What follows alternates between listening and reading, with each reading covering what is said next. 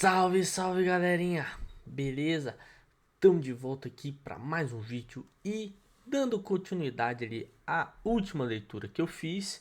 Hoje vamos conversar sobre o volume 2 da IDW Collection das Tartarugas Ninjas, representada aqui de forma magistral pelo Mestre Splinter, na mesma pegada do volume 1, né? Já tinha mostrado isso. Uma capa muito clean mesmo, muito limpa, focando bem no personagem aqui em questão, deixando o título aqui no canto inferior direito, acabamento aqui da lombada como se fosse o cabo ali de katanas, né? Então assim, mantém ali a qualidade excepcional do acabamento da coleção. E eu ainda estou muito empolgado, vamos dizer assim, com as Tartarugas Ninja, sabe? Eu gosto muito e com o anúncio ali da pré-venda do Pipoca Nanquim desta mesma coleção, eu sigo aqui na leitura. Terminei essa o segundo volume tem pouco tempo, já quero emendar ali. Vou fazer uma pequena leitura antes, mas já quero emendar logo depois o terceiro volume e logo mais o quarto. O quinto pra frente eu ainda não tenho. Quero tentar ali, quero conseguir ele o quanto antes, mas ele estava indisponível na Amazon, pelo menos até a última vez que eu olhei. Mas enfim, até lá também nós temos aí vários materiais que eu preciso ler ou reler para trazer aqui para a gente ter esse bate-papo, para conversar sobre os materiais. Inclusive eu comprei recentemente alguns volumes de que estavam furados na minha coleção, que era do Hellblazer. Eu tinha um e o 2, já até li. Aí eu não tinha o 3 e o 4 e tinha o 5 e 6. Agora eu comprei o 3 e o 4. Achei no shopping, achei lá na leitura. Então agora eu tenho do 1 ao 6. Vou reler o 1 e o 2 e vou ler todo o restante ali que eu tenho e trazer volume a volume aqui também. Hellblazer é uma das fases não, né? É a fase mais aclamada ali do John Constantine. Mas enfim, estamos jogando muita conversa fora. Só para terminar de jogar conversa fora, então, só para um pequeno spoiler, minha próxima leitura vai ser esse materialzaço que eu tava extremamente ansioso, que é o Ultimate Pantera Negra, né? Já trouxe aqui do Universo Ultimate, o início de tudo ali, e do Ultimate Homem-Aranha, que eu gostei demais. Gostei muito dos dois, né? E tava muito ansioso para ver essa nova reformulação aqui do Pantera Negra. Peguei lá na Mandrake recentemente, nem fiz vídeo sobre, né, da última aquisição, porque acabou que eu tinha comprado só esse, fui muito rápido, foi pouco antes ali de assistir Thunderbolts, mas enfim, já ficou aqui até um pequeno vídeo, um pequeno trecho aqui da minha última aquisição na Mandrake. Vai ser o próximo vídeo aqui no canal, possivelmente. A próxima leitura é certeza. Mas, sem mais delongas, já enrolei demais aqui, mais de 3 vídeos. Mais de 3 minutos. Bora conversar aqui então sobre o segundo volume da IDW Collection das Tartarugas Ninjas. E aqui continua o mesmo padrão, assim, não só de acabamento, como vocês já viram, né, mas de páginas. Temos aqui 416 páginas. É um bitelão, galera. É muito, muito, muito grande. Dentro dessas 416 páginas, nós temos o capítulo 13 ao capítulo 20 e também, além disso, os capítulos 13 ao 20 são os que, vamos dizer assim, desenrolam a história mais linear, podemos dizer assim. Porque além deles, nós temos também o capítulo. Falar a quantidade e depois quais. Mas temos 9 capítulos que são voltados para algum personagem específico, algo específico ali da história. Vocês vão entendendo mais aqui ao longo do vídeo. Desses 9, nós temos aqui capítulo do Cassie Jones, da April O'Neil, do Fugitoid, do Krang, do Baxter Stockman e 4 capítulos que aprofundam mais ali na história do clã do pé. São os 4 capítulos finais e são muito, muito, muito interessantes. Muito bons. Eles dão uma alimentada a mais ali no misticismo que eles propuseram no primeiro volume. Então, eles criam uma relação a mais ali e dão um pouco mais de significado à luta pelo a luta do Destruidor. o porquê que ele vai estar fazendo o que está fazendo. Tem toda ali uma mitologia, todo um por trás disso na história do Candomblé, que é muito bacana e acaba envolvendo outros elementos ali da história. Vou contar isso mais ao final aqui do vídeo, beleza? E um aviso, assim, por mais que é um material que lançou há muito tempo, tem um acesso um pouco mais difícil, até mesmo pela tradução. Logo mais aí nós teremos pelo Pipoca Nanquim, né? Mas hoje ainda não temos. E no primeiro vídeo que eu fiz o primeiro volume, acabou que eu consegui, que eu queria fazer ele uma análise mais abrangente, sem contar muitos spoilers, muitos detalhes. Aqui, é claro, eu não vou ler a HQ, porque é vocês falando tudo o que acontece. Claro que não. Mas, por ser o segundo volume, é claro que eu vou ter, para dar uma contextualizada, às vezes uma coisa ou outra, eu vou precisar falar algo que aconteceu ali no primeiro volume, senão não tem como contextualizar. Então, se você tem muito interesse, às vezes é bom ficar um pouco mais ligado. Mas uma coisa eu garanto, mesmo com as informações que eu vou passar aqui, uma leitura depois não vai ser ruim, você não vai, putz, nossa, já sabia tudo que ia acontecer, de forma alguma. A experiência da leitura vai ser fenomenal da mesma forma. Podem ficar tranquilos. Beleza? Então, agora sim, sem mais delongas, bora falar um pouco aqui deste material. E esse volume 2 ele é um pouco mais voltado até ali para a história, pela luta ali do Krang. Krang é um dos grandes vilões, ele possivelmente o segundo maior vilão das Tartarugas Ninjas, ficando atrás, é claro, só do Destruidor. E a gente é apresentado ali um pouco mais aos planos dele. Krang está numa batalha ali, numa guerra interminável contra o planeta Neutrino, está enfrentando ali diversas resistências, inclusive o programa ali que programa, né? Mas o surgimento ali das Tartarugas Ninja foi até por um financiamento do próprio Crank para poder encorpar mais ali o seu exército, mas enfim, deu tudo errado, os testes deram tudo errado, os tartarugas fugiram e hoje são vigilantes, né, e tal. Então acaba que tem essa relação bem interessante. E o Krang, ele, assim, além do planeta Neutrino, ele tem a ambição, a vontade, a determinação de conquistar não só aquele planeta, mas todos ali da galáxia. E nós fomos apresentados ali, ó, o grande plano dele, que acabou que o Baxter Stockman ficou envolvido também, porque ou era isso ou morria, que ele quer construir o Tecnodromo. Tecnodromo ali é uma arma muito famosa, assim, nessa lore do Krang, né?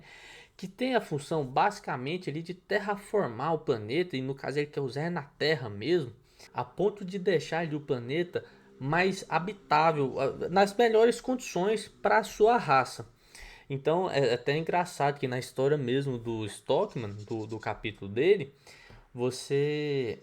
Ele tem esse dilema, né? Pô, ele tá ali ajudando a construir uma arma que vai destruir o planeta que ele vive, o planeta natal dele, né? Então você tem esse dilema ali bem interessante.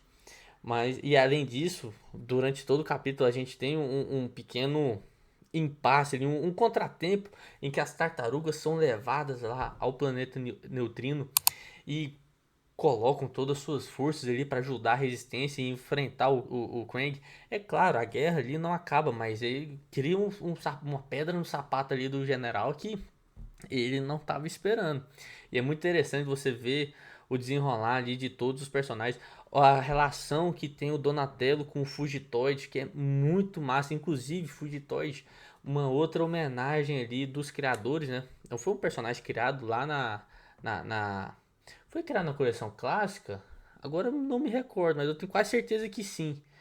E mas assim, que me lembra muito, pelo menos, o Herbie lá do Quarteto Fantástico. Então, acaba que é uma homenagem também ao Jack Kirby. Pô, os criadores ali das Tartarugas Ninja são muito influenciados, né, pelo próprio Jack Kirby, pelo Frank Miller, enfim, entre vários artistas, mas destaque mais para esses dois. Então você todo ao longo de todo esse desenrolado da guerra, das batalhas, Você vê a liderança. É engraçado você ver até os similares. Isso é muito bom, porque tem ali os líderes da resistência, ou a resistência mais efetiva, vamos dizer assim, e tem a figura do Leonardo, tem a figura do Rafael, a figura do Donatello, a figura do Michelangelo, e como eles vão comportando juntos, assim, na princípio eram rivais, antagonistas ali, né? E depois eles vão se unindo força e vão percebendo as similaridades entre eles. E é muito legal você ver esse desenvolvimento. O quanto, por mais que seja uma guerra ali de armas, de destruição em massa e tudo, mas a presença ali de meras tartarugas ninja, que não tem arma de explosão nem nada, mas o quão eficiente eles são e quão bom eles foram ali para aquela batalha em questão. Pô, foi um absurdo. Cenas ali desenhadas de tirar o fôlego mesmo. Com todo o envolvimento, principalmente o Leonardo Rafael, você vê ali o quão protetores o Leonardo e o Rafael são, né? O Leonardo por ser o líder, o Rafael talvez por ser o tanque, né? O cara que tá sempre pronto na briga, os dois sempre ficando na retaguarda. Não só nessa situação ali dessa guerra, mas em outros momentos ali também. É muito, muito, muito interessante ver esse dinamismo entre eles também, o crescimento deles, né? A união entre eles. E até fazer um comentário aqui, tava pensando que sobre o roteirista não, sobre o desenhista, é algo que eu queria ter falado no início, acabou passando batido. Mas daqui teve o roteirista ainda é o mesmo, é o Tom Waltz, mas tivemos a troca de desenhista ali nos capítulos da história em si. Antes, quem desenhava era o Dan Duncan, e agora quem está desenhando é o Ben Bates.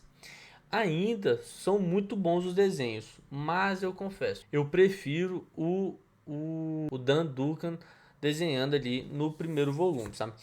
Basicamente, eu achei no primeiro volume um pouco mais underground, sabe? Esse eu achei um pouco no segundo volume, não, não deu tanto match assim. Ainda é muito bom, pô, é um traço fenomenal. Mas em algumas situações achei que não combinou, sabe? As Tartarugas Ninja acho que combina aquele traço um pouco mais sujo, um pouco mais carregado, sabe? O muito apresentado, só dando um exemplo, né? Na fase do Demolidor lá do Brian Michael Bendis, não lembro quem é o desenhista, mas naquela fase ali é um pouco mais sujo, mais underground e é muito foda. Acho que aquele tipo de traço combina muito com as Tartarugas Ninja. Mas isso é um pequeno detalhe, não estraga nada. Como eu disse, ainda assim é muito bom. E agora, galera, já entrando aqui no finalzinho do vídeo, vamos falar um pouco dos capítulos finais, que é justamente sobre uma história ali envolvendo toda a mitologia do clã do pé. Mitologia na história, né? O clã do pé não existiu mesmo, pelo menos não até onde eu saiba. Mas a gente é apresentado ali a nós quem realmente foi Orokusaki. Ele, na verdade, foi até uma reencarnação de um outro guerreiro do clã do pé. Esse guerreiro que foi tido ali por muitos como quem trouxe desonra ao clã do pé. Porque ele se envolveu com uma bruxa, a Kitsune, e essa Kitsune ela tinha um envolvimento com um demônio que depois foi mostrado a gente que era da raça ali, não me lembro o nome da raça, mas da raça do Krang. Quem sabe mesmo até o próprio Krang, não foi falado o nome. Ia ser interessante se fosse. Ele dava a ela ali um produto em que permitia basicamente a vida eterna, não imortalidade. São coisas diferentes, porque imortalidade você é imortal, você não morre.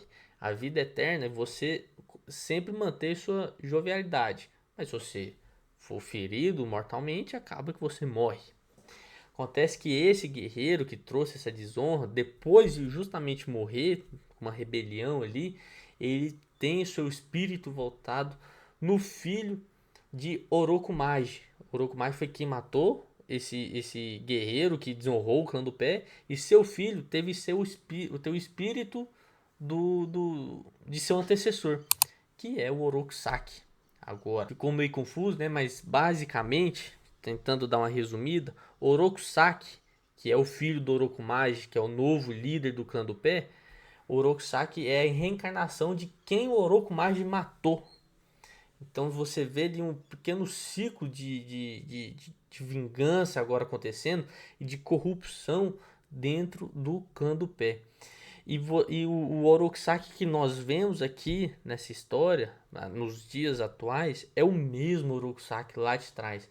Porque justamente ele unindo essas forças da bruxa, da Kitsune, com um produto lá, um elemento do Krang, vamos dizer assim, ele pôde dormir e ser reacordado muitos anos depois, porque foi prometido a ele que ele iria dominar que uma cidade que brilhava, que no caso era Nova York. Então ele tá com essa nova missão ali de vida de agora dominar Nova York. E é muito interessante que ele foi reacordado ali justamente em um ponto em que a reencarnação de outras figuras do mesmo tempo também estão acontecendo. Afinal de contas, se você já leu ali o volume 1, você sabe muito bem que não só o Mestre Splinter, mas as 4 tartarugas são reencarnações. E foi até uma promessa do próprio Mestre Splinter, na época era o Hamato Yoshi, né? Que disse ao Orokusaki antes de sua morte: eu vou me vingar, seja nessa vida ou na próxima. E ele tem agora a oportunidade de fato se vingar. Então, assim, criou-se ali uma, pelo menos para mim, né, uma grande expectativa de um conflito, pô, atemporal. Não só nesse período, mas também no período anterior. Algo que se convergiu para agora, coincidência ou não. Não sei se tem outras forças sobrenaturais que atuaram pro Hamato Yoshi e para as tartarugas serem reencarnações na mesma época do ressurgimento do Orokusaki. Fato é que esse conflito mortal ainda vai acontecer e tá tudo sendo muito bem preparado. E em meio disso ainda nós temos o Orokusaki com desejo de ter o Leonardo em seu exército. Ele viu ali as habilidades do Leonardo e acredita que ele seria um ótimo braço direito, além de ser uma grande decepção para o Mestre Splinter, né, caso ele vá também. São cenas do próximo volume. E eu prometo que assim que eu terminar de ler, vou trazer tudo aqui a vocês. Beleza? Então, vamos ficando por aqui. Espero que você tenha gostado. Deixe aqui sua curtida. Comente o que você achou do vídeo. Compartilhe com seus amigos. E se inscreva caso seja novo aqui no canal. Fechou? Valeu, tchau, tchau.